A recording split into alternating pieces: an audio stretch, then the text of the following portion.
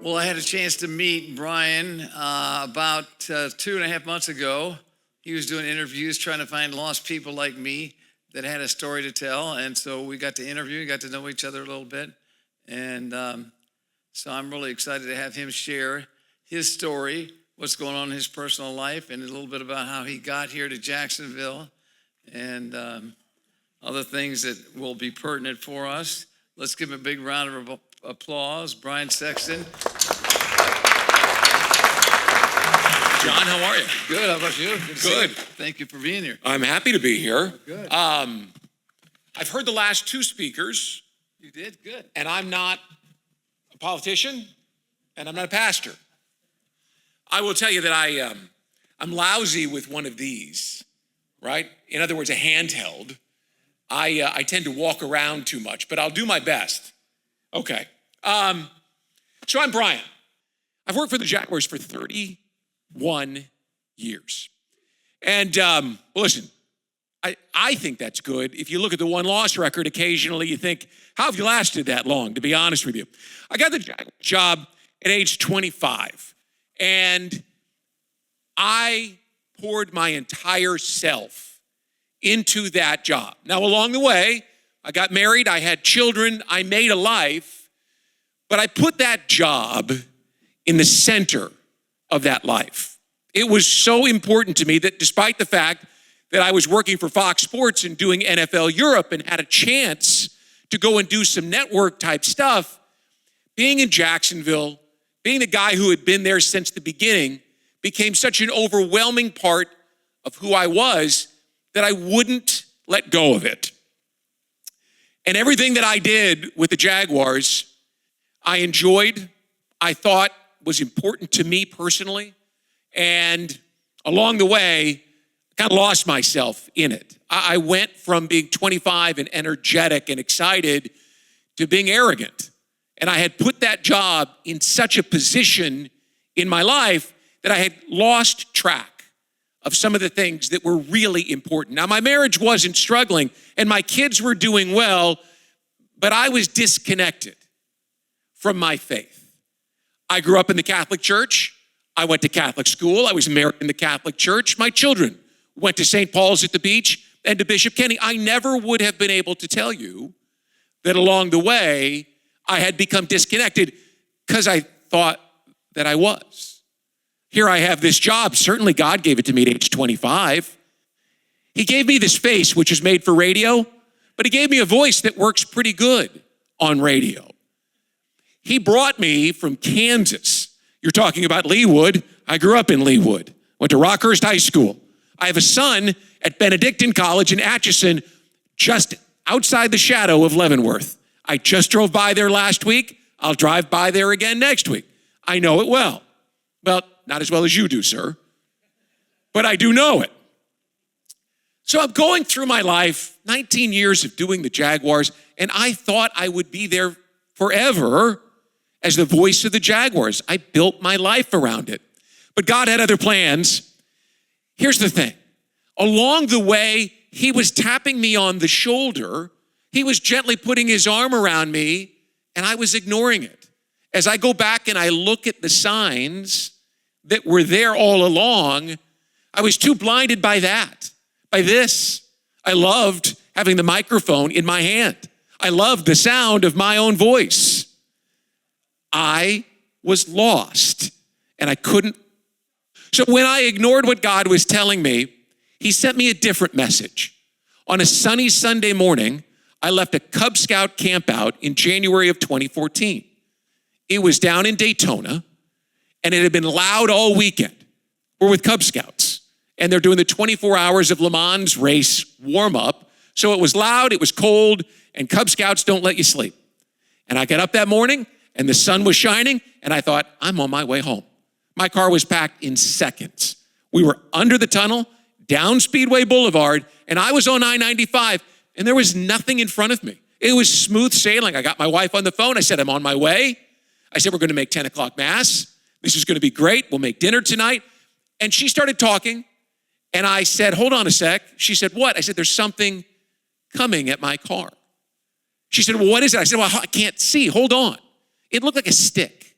It was up in the air, and it was coming right at me. Now, what are the odds? I'm the only car that I can see on the road at 7:45 in the morning on a Sunday on I-95, and there's something aiming at me. The next thing she heard was a crash, an expletive, and an "I'll call you back," because a pair of pliers came through the windshield of my car at 85 miles an hour. What you can't see in that photo is that they were pointed directly at my forehead. And a grip, an inch of the rubber grip that you can't quite see there, is the only thing that kept it from killing me and my 8 and my 9-year-old son. Now, instantly, I knew who the message was from. I didn't know what the message was at the time, but I knew who the message was from. So I started looking. What could it possibly be? What, Lord, do you want from me? I opened my Bible. I went to church. I was not inspired. I didn't know what the message was. So on a very cold Tuesday night, I'm standing in the parking lot at Father Murphy Hall out at St. Paul's. We're about to have a Cub Scout meeting, a Boy Scout meeting, and they'd opened it for cold night shelter to house the homeless overnight when it was below 36 degrees. Maybe you've heard of it. And Teresa Merriam, who runs the program, said to me, "Hey, why don't you come and do cold night shelter?" I said, "Is that what you wanted? You didn't need the pliers for that." Cold night shelter led me to Cursillo, a weekend retreat that I didn't want to go to. But by Sunday, I didn't want to leave. And here's the key. On Monday, the Jaguars called. The new president, Mark Lamping, wanted to see me.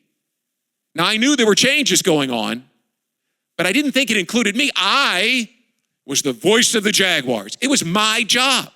I had built my life around that job.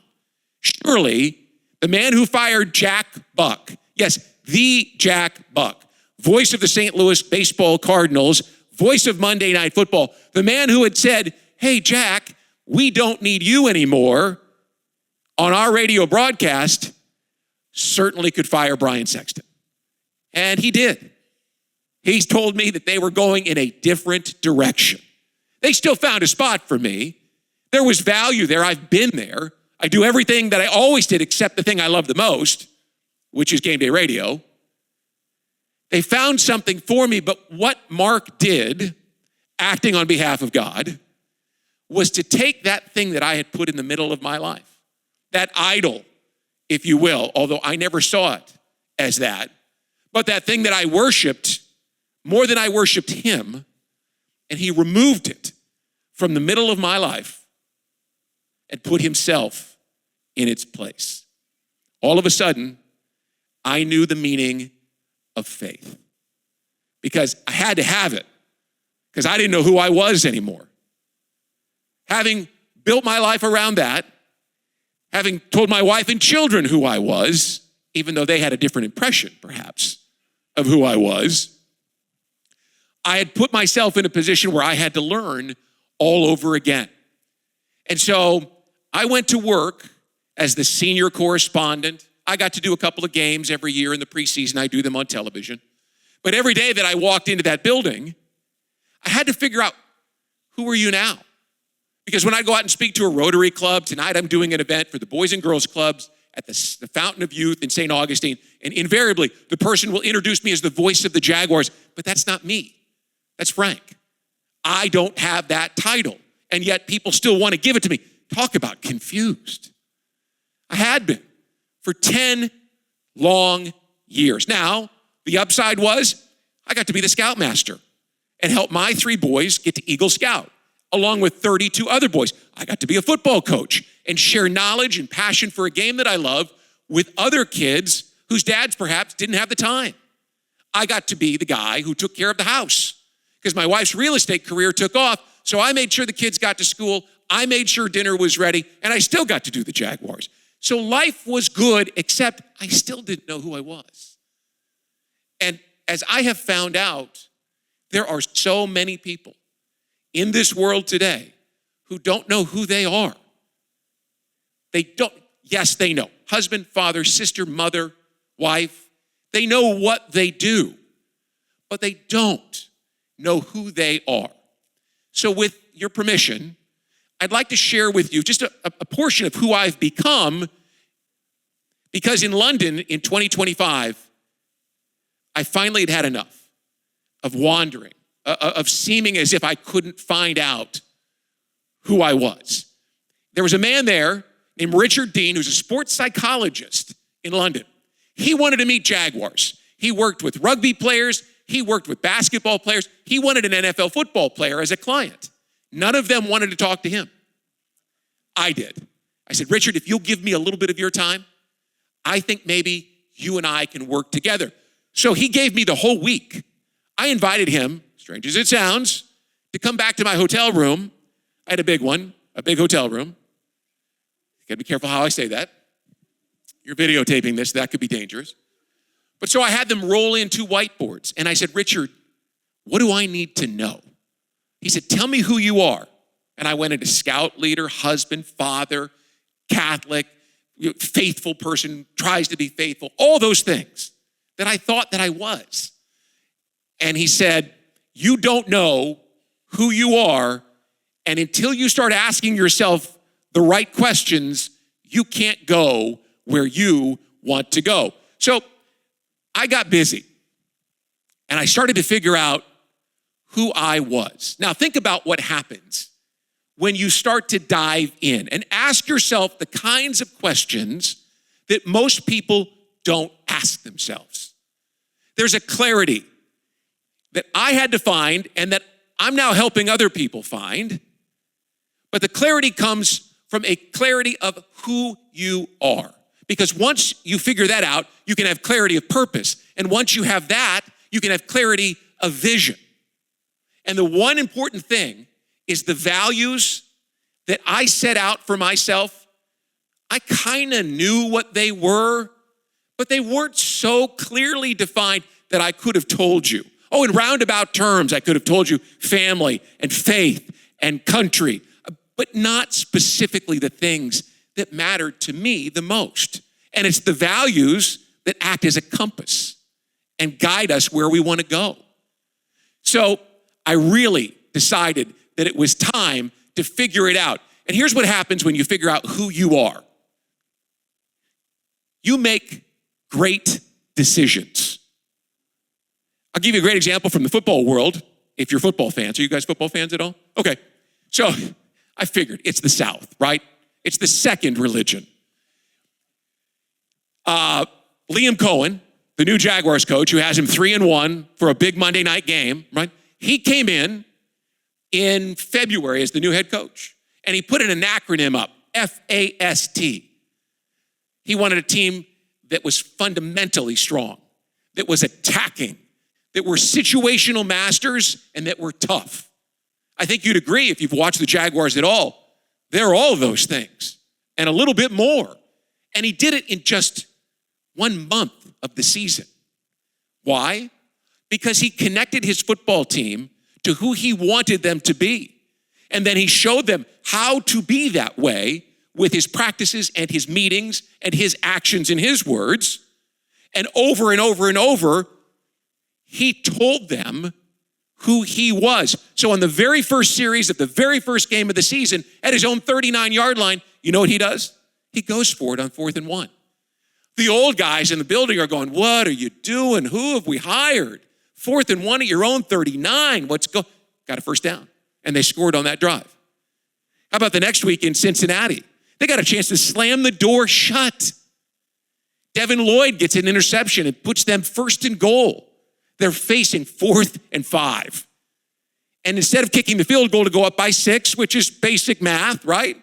He does in his mind, well, I'm still going to kick off and they'll have it between the 20 and the 35. And if they get a touchdown and an extra point, they win. So I might as well go for it because that's who I want to be anyway. Situational master. I want to be tough. And he goes for it. Brian Thomas dropped the ball. Otherwise they win, right? But he knew who he was. And then how about this last week? If we want to talk about resiliency, which is created when you know who you are. all this hullabaloo about Robert Saleh, the defensive coordinator for the 49ers, saying that they stole signals legally. Well, if it's legal, then how did they steal them? I've known Robert for years. He was one of our defensive coaches here for a long time. He didn't mean it that way. Sometimes when you have one of these in front of you enough, you tend to say the wrong thing. I know I have, right?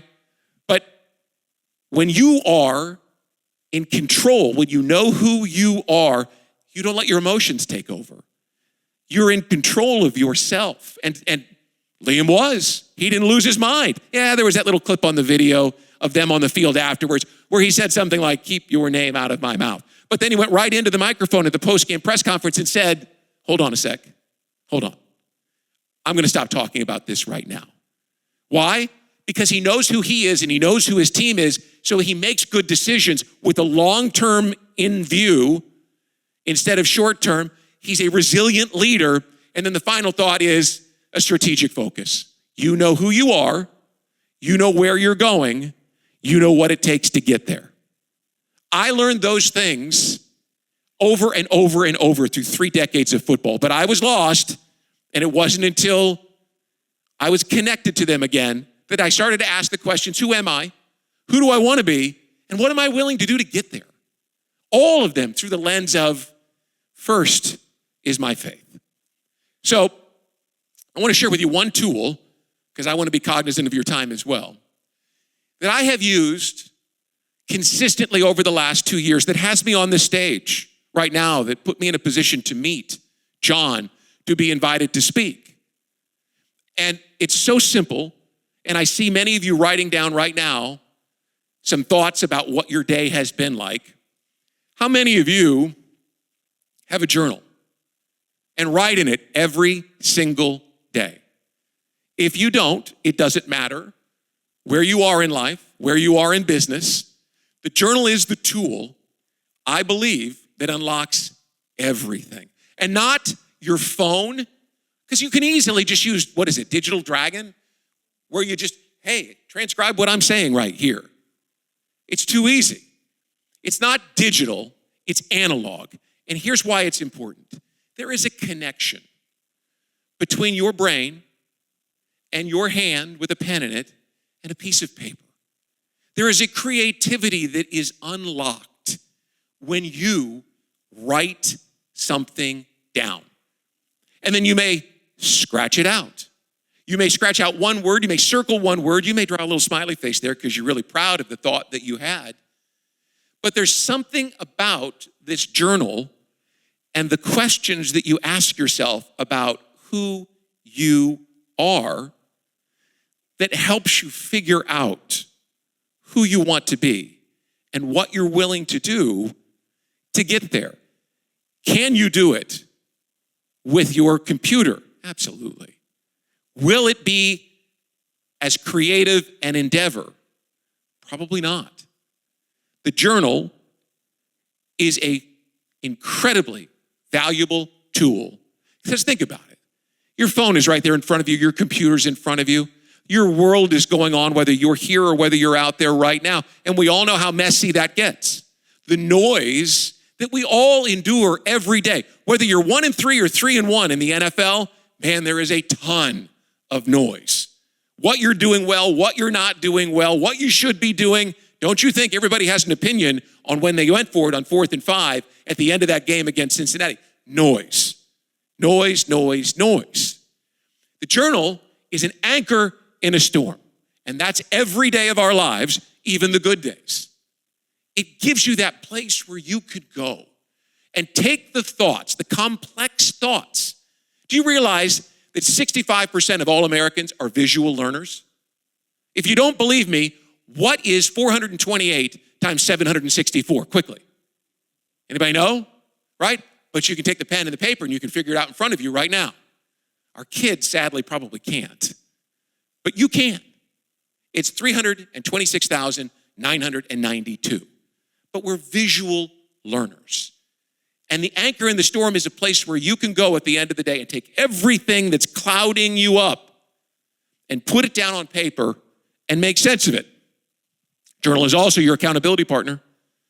You make commitments to yourself when you're working to find out who you are. I can be better. I can be better at interacting with my PowerPoint. I can be better with a handheld microphone in my hand. I can be a better husband. I can be a better father. All of the things that you discover about yourself, you're going to decide to be better. And you'll be accountable to yourself because that journal is a mirror in which you're looking at one person, you. And you look at it long enough and say, I wrote I was going to do this, and I haven't done it yet. Why? Why haven't I done it yet? Why haven't I taken the time to take action? Accountability is a huge part of your journal. And the last thing is, if you have a great idea, this is the place where your creativity comes out, where you can take an idea and it's a safe place for you to expound on the things that you think, the steps that you want to take, the people that you want to involve. It all can come together right there on those pages. The journal is the simplest way to know who you are, to know who you want to be, and to know what it's going to take to get you where you want to go. If you'll take the time. There's a book called The Notebook, A History of Writing on Paper. I'll save you the time of having to read it because it's not very engaging. But it does talk about that mental capacity, the new mental synapses in your brain that come together when that pen is in your hand and you can go back and look, as I'll show you here. I'm a very visual guy. Here's my journal. I have different colors, they mean nothing. It just separates ideas from me. I will share with you that in the last week, as I was preparing for this, a very apt verse showed up in my morning meditation for the Wisdom Center. Simply about wisdom. I do not hide away, for to men she is an unfailing treasure. Those who gain this treasure win the friendship of God, to whom the gifts they have from discipline commend them. Wisdom 12 through 13. Don't you think that I have used that over and over and over as I have prepared for this? So, a good journal is your anchor in the storm, an accountability partner, and an idea incubator. Now, pair her with a curious mind. So, a couple of questions. As I started the process, and as I gained a little bit of wisdom through the process, I learned to ask myself why questions. Why am I so anxious today? Why can't I hear what Jennifer is saying to me? Why is my business idea still only on paper? Why am I not on stage? Why am I not calling people and sharing what I'm doing these days? That's a level 1 question. Why? Now think about the answer that you can write to your why question. I'm not because I haven't and I will. I had somebody steal my identity about 2 weeks ago, got a credit card, ran it up to $15,000, and all of a sudden now I've got every credit agency saying, hey, are you paying this? Your credit report dropped 40 points. I had an 850, by the way. Put a lot of time into doing that right. I'm anxious right now because I'm waiting for the credit card company to clear me. But there's still a level of anxiety. So here's your level 2 question, right? And I wrote this down last week when it happened. How can I get the anxiety to calm down? Okay. The answer was, I'm going to call the credit bureaus. I'm going to freeze my credit rating. I'm going to trust God and breathe deep because the answers they gave me told me to wait 60 days and everything will be fine. But I'm a type A personality and I don't want to wait. I want to know right now that you know that I'm good. How can I do something that will take the anxiety away? I can trust God. And so I did, and I'm terrible at surrender. I know you probably have an amazing sermon on surrender. You probably have a book on it. I'm a case study in how it doesn't work for me, but I'm trying. So the last question, right? Why? what can I do to avoid feeling this way again? Not how do I get rid of it now? How do I avoid feeling this way again? Okay. Well, I'll cut up all of my credit cards. Well, that wouldn't solve the problem. Or maybe what I'll do is I'll go to church. I'll pray more in the morning. I'll share God's good news with everyone I come in contact with.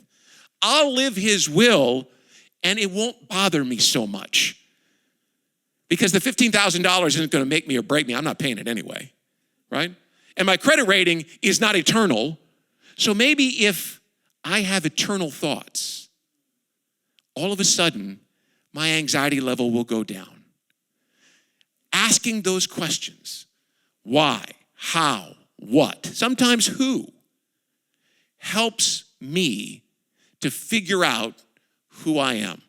Because the epitaph to the story is, even though I think I have a better handle on who I am, every day, every single day, there is a challenge, whether it's on your phone, in your email, in your office, on your street.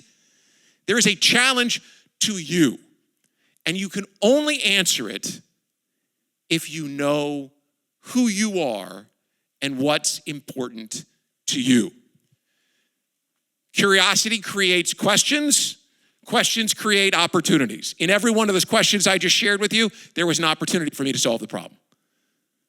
Writing it down, I figured it out. Problems become puzzles. So instead of being something overwhelming, which it was to me, because my wife is a financial genius, and if it was my credit rating that was causing a problem, man, was I going to hear about it. It was a problem. I solved it. It took some phone calls and some patience, but I solved it. And again, the journal is filled with thoughts on how I can solve it. And the final one is, and this is really deep stuff now. If you remember Saturday Night Live and Jack Handy, right? Deep Thoughts by Jack Handy. Creativity creates. It creates opportunities for you to be a better version of you. God created you. Carlos Acutis was a young man that was just canonized by Pope Leo XIV. Very young guy. He had some real wisdom about him. One of the things he said is that all of us are born an original, but many of us die as a photocopy. Really, from a 17-year-old kid who was dying of leukemia. Incredible. That's creativity. That's his brain connected to his faith. I really believe that curiosity and creativity go hand in hand. So here it is. When your journal and your curiosity are together, you get the curiosity code. In the journal, you will capture the truth. It's yours. There's no reason to lie to yourself. The things that you write, the things that you think, the solutions you find are yours. It puts the truth in front of you. I don't believe in this your truth and my truth. I think there's one truth, and we all agree what that is. We all agree what that is. However, there is some daily truth that we all need to be reminded of, and that's yours, and you own it. It captures the truth. It fuels discovery. Because when you figure out, I'm not good at this, she doesn't like that, gosh, I'm so self-absorbed. And I didn't think so. I thought I was the most humble person on earth. When you capture the truth, it will fuel the discovery, well, how do I convince people that I'm not this arrogant SOB that people think that I am? Because I don't want to be that. What's the easiest way to do it? Is it with the microphone in my hand? Is it coming and sitting at your table and introducing myself? Is it getting out and speaking more often? Or is it just letting God speak through me? I think you guys know what the answer is. And finally, your journal will organize your life. And when you're organized and you're doing well, you can explore what else is out there for you. And it all comes from knowing who you are. And you do that by asking questions, writing it down, and then exploring. I want to give you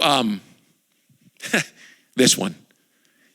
I want to give you a little NFL code, if you will, that a football coach gave me a long time ago.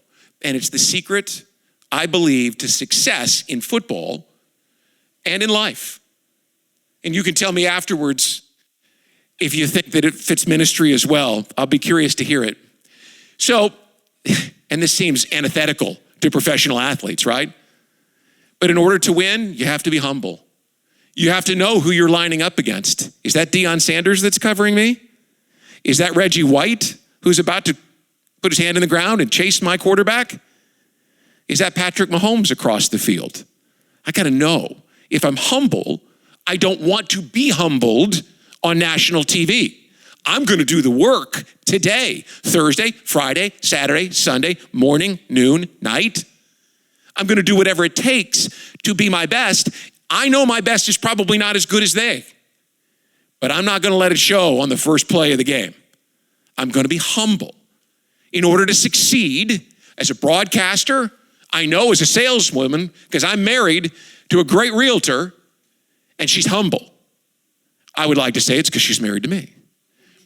She would say it is because I'm married to you. A different line of thought. Humility is required. Humble. Hungry. Kind of hard to be hungry when you have a contract that guarantees $200 million like our quarterback does. Now, I'm not saying he's not hungry, but the money and the fame and the riches that come with being a professional athlete can rob you of your hunger. It would be real easy to pull up on your app, that's what I'm worth today? Outstanding. And put it back in your pocket and just kind of saunter out in the practice field. $200 million, I can't spend all that. You must be hungry. It is a game for poorly adjusted human beings. If you're not hungry, you're going to get hurt. You better be hungry in every aspect of life. And the hunger can't be for the money. The hunger has to be the best me. When I put my hand in the ground, whether I'm rushing the passer or whether I take this microphone and I'm up on stage, I want the best Brian I can be. And I know it's trite and we hear it all the time, be the best version of you. Everybody's got a book with that saying in it, but it's real because God created a version of you that he expects you to rise to that level. Lord, let me rise to the level that you wrote for my life. You got to be hungry for that. And the last one, and this one doesn't need a whole lot of explanation, but the best players in the NFL outwork everybody. Here's what the equation looks like. Essential for life, right? We got to have the water for life. You got to be humble, you got to be hungry, and you got to outwork everyone to succeed in this life. Does that fit ministry at all? A little bit? Yeah. Humble, hungry. You wouldn't be all over the world like you are if you weren't. So figuring out who you are is a daily grind. But when you do, you win. Because a confident leader who knows who he or she is, well, they lead with clarity, they act with integrity, and they grow with intentionality. And those three things are what I seek to do in my faith, in my family, and in my professional life. And with that, you guys have a great day and thank you.